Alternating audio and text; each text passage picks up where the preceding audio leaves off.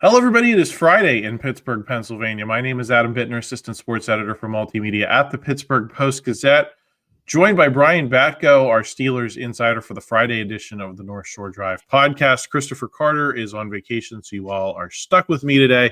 We're going to be talking about the Steelers coaching staff and some of these position coaches and assistants that we haven't really gotten a chance to dig in on yet. We've talked about the new OC and DC, but this is going to be geared more toward those more nuts and bolts coaching positions. Excited to dig in on the offensive and defensive sides of the ball with Brian here in a minute. Before we do, we want to remind you that this show is presented by FanDuel. We also want to thank Edgar, Snyder and Associates. Law firms come and go, but what law firm has been here in Western PA fighting for injury victims for more than 40 years? It's Edgar, Snyder and Associates. What firm has a staff of over 130 people who live and work here? It's Edgar, Snyder and Associates. Law firms come and go, but Edgar Snyder is a name you can always trust. So remember, there's never a fee unless they get money for you. If you've been hurt in an accident, call them at 1-800-94-EDGAR or visit edgarsnyder.com. They're available 24/7. Brian, we were setting up the show here, wanting to talk about the guys we're most interested to see work with this roster on this new coaching staff under Mike McCarthy. James Campen was the name on the – we're going to start on the offensive side of the ball. James Campen was the top assistant I think you and I both wanted to highlight for, possibly obvious reasons. He's had a long history of success in the McCarthy universe, well-regarded in that position coach role.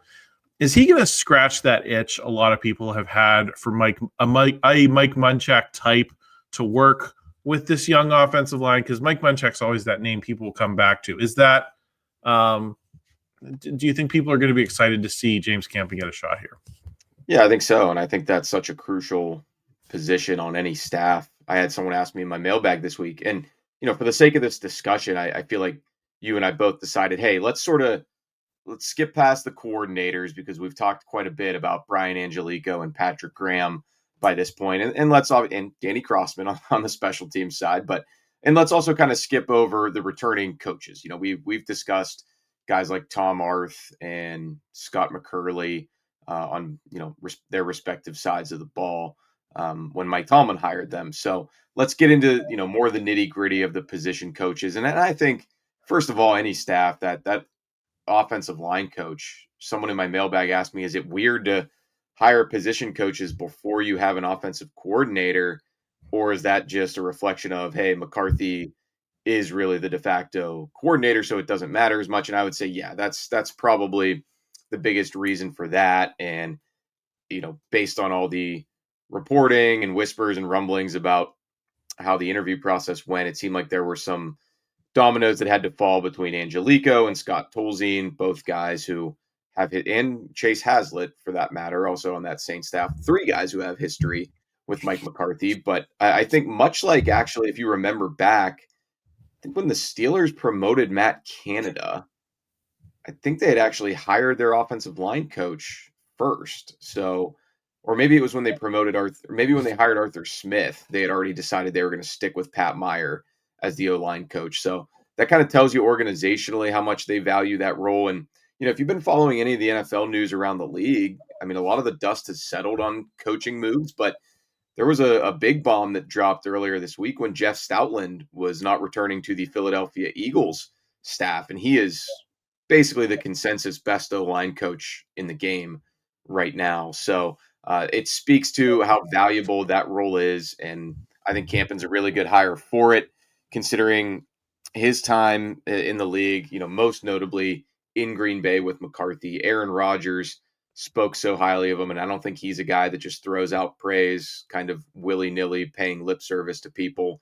I think from everything I've read and kind of listened to and seen on Campen, not only is he really good teaching the techniques of O-line, but he's really good with players too, and kind of showing them how much he cares. So his experience and, stewardship of the McCarthy offense, I think probably makes this the biggest sort of home run hire, and obviously one that McCarthy wanted to prioritize with this staff. Yeah, I think that was pretty obvious. Brian, we also wanted to highlight Jahri Evans, who is also going to work with this O-line group as an assistant to Campen. He has some relatively recent playing experience in the NFL. What do you think he adds to the equation there? Not just in terms of you got James Campen, but you've got a younger guy who could maybe speak to these players in a different way. Yeah, Hall of Fame. Is he a finalist or semifinalist? It's hard to keep track, especially now when some new guys just got in last night.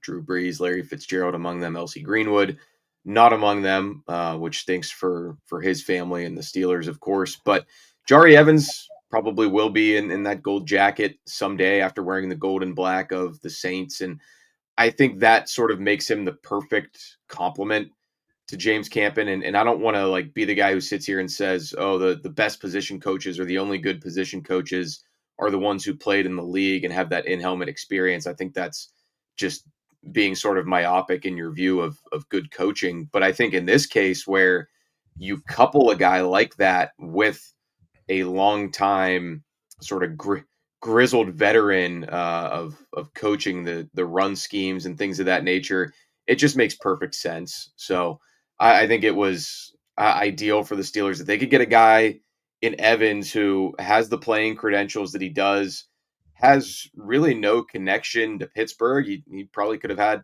I bet you any of the 32 teams in some capacity would have said, yeah, we'll take Jahri Evans here to help our young offensive linemen. So putting those two together, and I don't know if that was the most amount of spending that the Steelers had to do on this staff or what, but I think that's kind of a home run for McCarthy. And frankly, I think Pat Meyer did good work sort of by the tail end of his tenure with this young offensive line, and he's off to the Buffalo Bills now.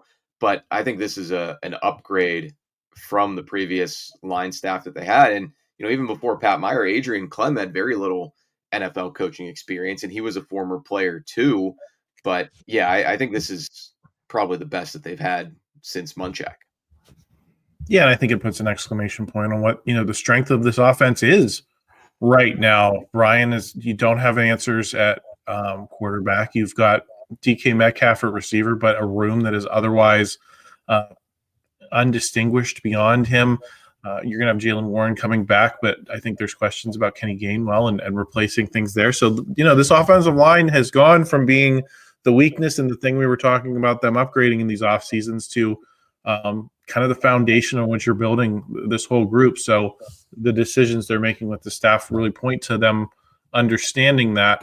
Brian, before we get into my next question, I want to remind everyone that the Seahawks are still 4.5-point favorites in the Super Bowl, according to our friends at FanDuel, so make sure you check them out before the big game. If you're looking to place a wager, have a little bit of action to track beyond just the outcome.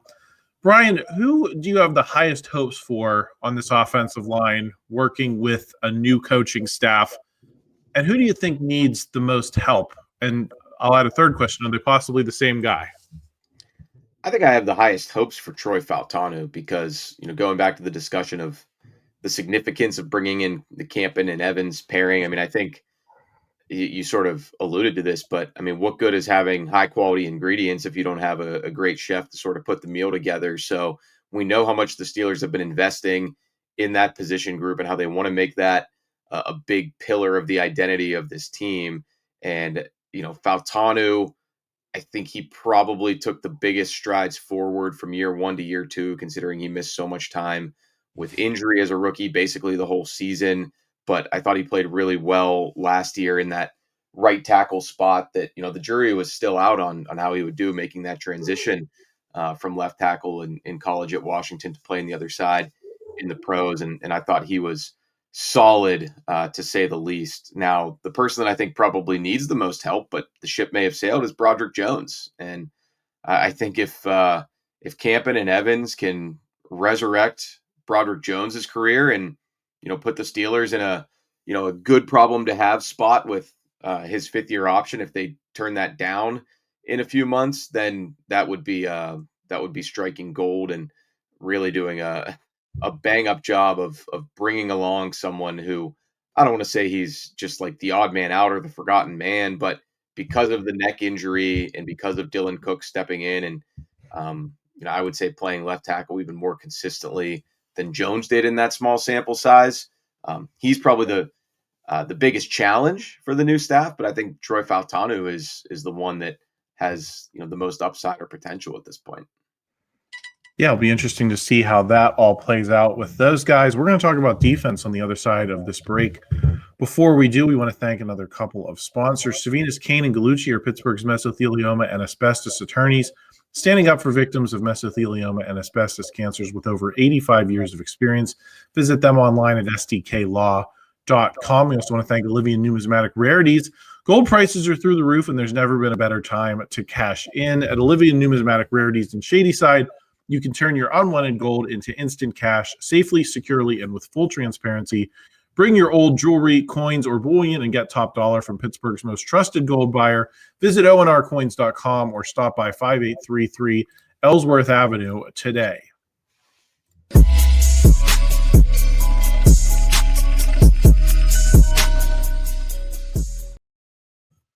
Second segment here on the North Shore Drive podcast. I'm Adam Bittner. He's Brian Batko. We're talking about Steelers' new assistant coaches joining this coaching staff under Mike McCarthy, replacing some of the names that we got to know under Mike Tomlin over so many years.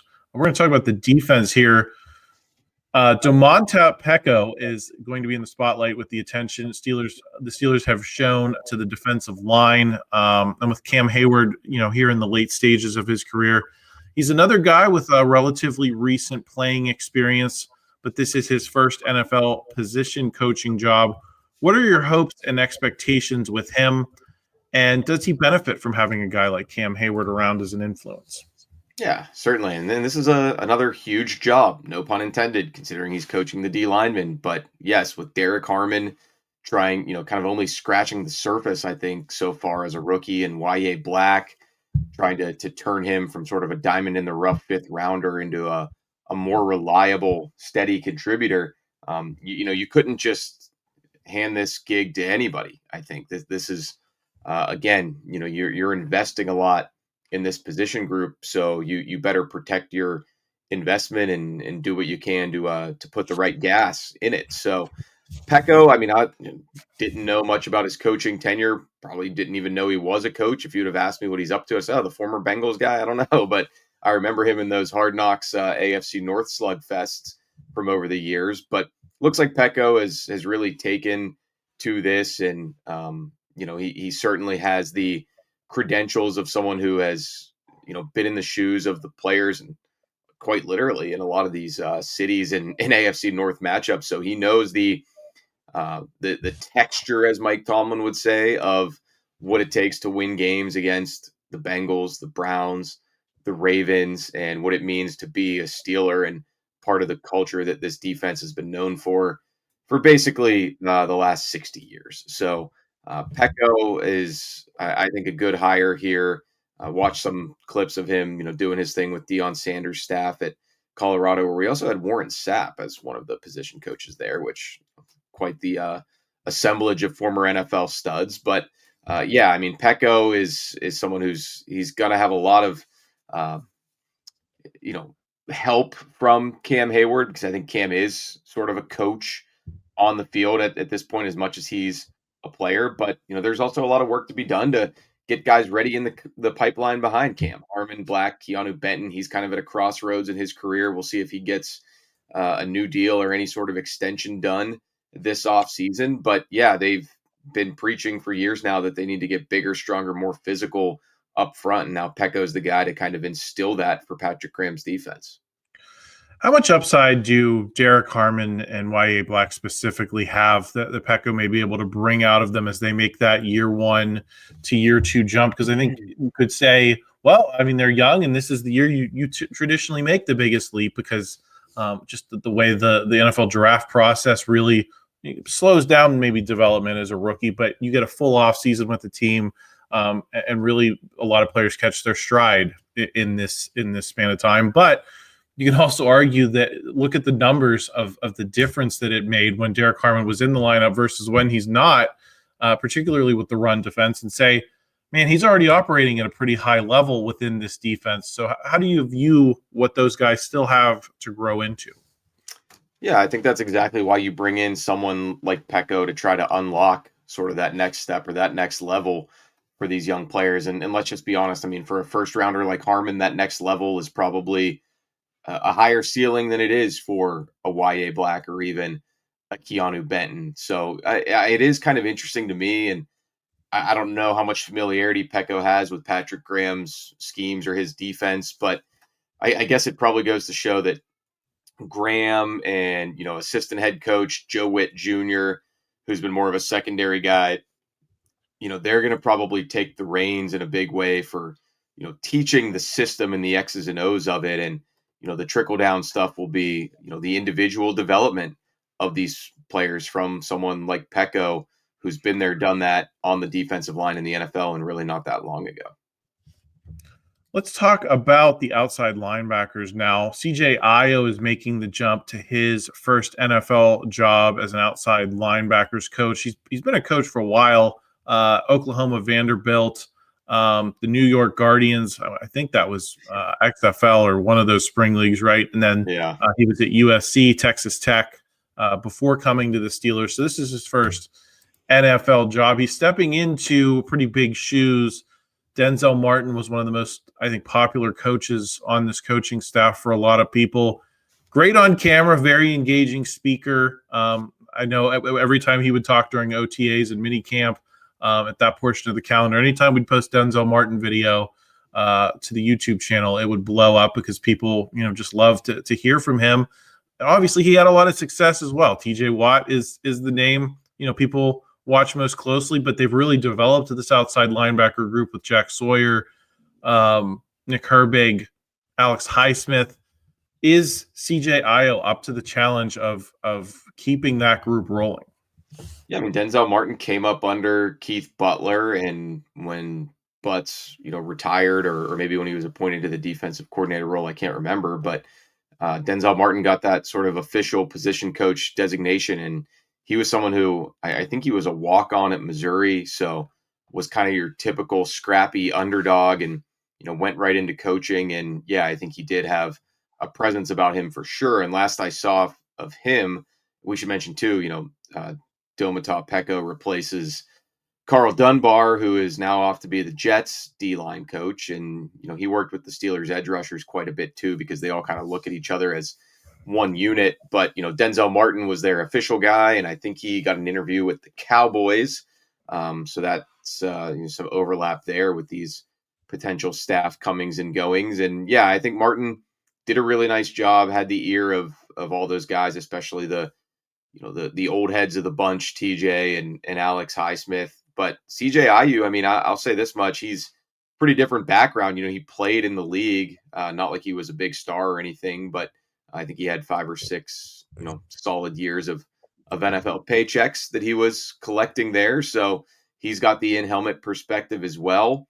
Then he goes to the college ranks, and it's not like I was following Vanderbilt football, but I'll tell you what, Texas Tech, their defense this past season, I know the big narrative around it was they basically bought a team with all the NIL that they had. But every time I watched them, those edge rushers were demons, Adam. So he must have been doing something right, not just rolling the ball out there. And doing some research on him too, he seems like a very locked in, laser focused, almost intimidating presence. So I think he'll probably command some respect right off the bat with the guys that we mentioned. And you keep bringing along somebody like Jack Sawyer, that's big for this group. But I think otherwise, when you are coaching the Steelers outside linebackers in their current form, it's pretty much, don't screw it up.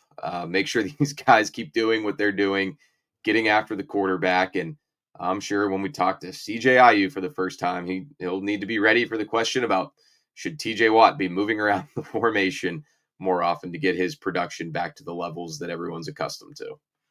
Right, and I think that is the TJ Watt conversation is what makes this role interesting on this coaching staff, Brian, because statistically he is in decline, and it's pretty undeniable at this point that he has not been the player that he was before.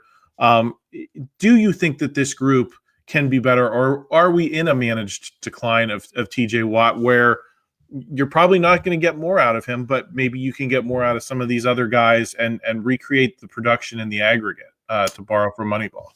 Right. That's what I was going to say. Maybe you get less is more maybe for TJ going forward. Now, people aren't going to want to hear that when you look at his salary and being the highest paid player on the team. But, work smart, not hard, work efficiently. Maybe that'll lead to, in defense of TJ, like, yes, the sack numbers were, paltry compared to his, track record of success, but he did still come up with some huge plays this past season, a couple strip sacks, one of which went for a touchdown, I believe, in Chicago, and a couple big interceptions in 2 wins for the Steelers. So he still has that knack for splash plays about him. But I think this is a group that it's getting a little crowded in there. I don't know what that's going to mean for the futures of all of these guys, but it is kind of hard to imagine Watt, Highsmith, Herbig, Sawyer all kind of continuing to coexist when that's such a strength of the team. And maybe you use that if you're Omar Khan to fortify weaknesses elsewhere. But I use another guy. He hasn't been officially announced as a coaching staff hire yet by the Steelers. Things got kind of muddled with the outside linebackers. There's Sean Howe, also from the college ranks, Montana State, reigning national champs at the FCS level. He was their defensive coordinator. He was initially rumored or reported to be coaching the outside linebackers. My guess would be IU's probably going to get that job, and Howe will be like a defensive assistant or assistant outside linebackers coach, something along those lines. But, Mike McCarthy talked at his intro presser about getting experts in the field. I think we touched on them in the first segment on the offensive side of the ball, and you could say the same about Patrick Graham, Jason Simmons, Joe Witt Jr., and then you've got to get some of those young grinders who are still up and coming, still hungry, still on the rise for their opportunities. And I think that's kind of how he's filling out the rest of this staff. We'll be excited to track those guys, especially, as we get into OTAs and minicamp, Ryan, because that's when we most often get access to the assistant coaches, at least, on the public side. Usually the draft, too. Sometimes the first time we hear from these guys is the draft. If they pick a D lineman high again, or if they pick an offensive lineman high again, we'll probably hear from one of these position coaches about that player. Yeah, so looking forward to all of that. Brian, thank you for joining me this week. Everyone else, please subscribe to the channel. Got a lot more coming your way. I've already recorded my Steelers mock draft tracker video with Ray Fittipaldi that's going to go live on Saturday morning, so make sure you're tuned in for all of that. Make sure you like this video if you enjoyed it. Help us out in the YouTube algorithm. We always appreciate the help there. And please consider checking out our written coverage over at post-gazette.com. Lots of Steelers off-season coverage there, as well as Pirates will be firing up spring training this coming week. So make sure you get your postgazette.com subscription, and we will talk to you again next week. Thank you for checking out this content from Post-Gazette Sports. If you watch this video on YouTube, please like the video and subscribe to our channel. For all of the sports coverage the Post-Gazette has to offer, visit post-gazette.com.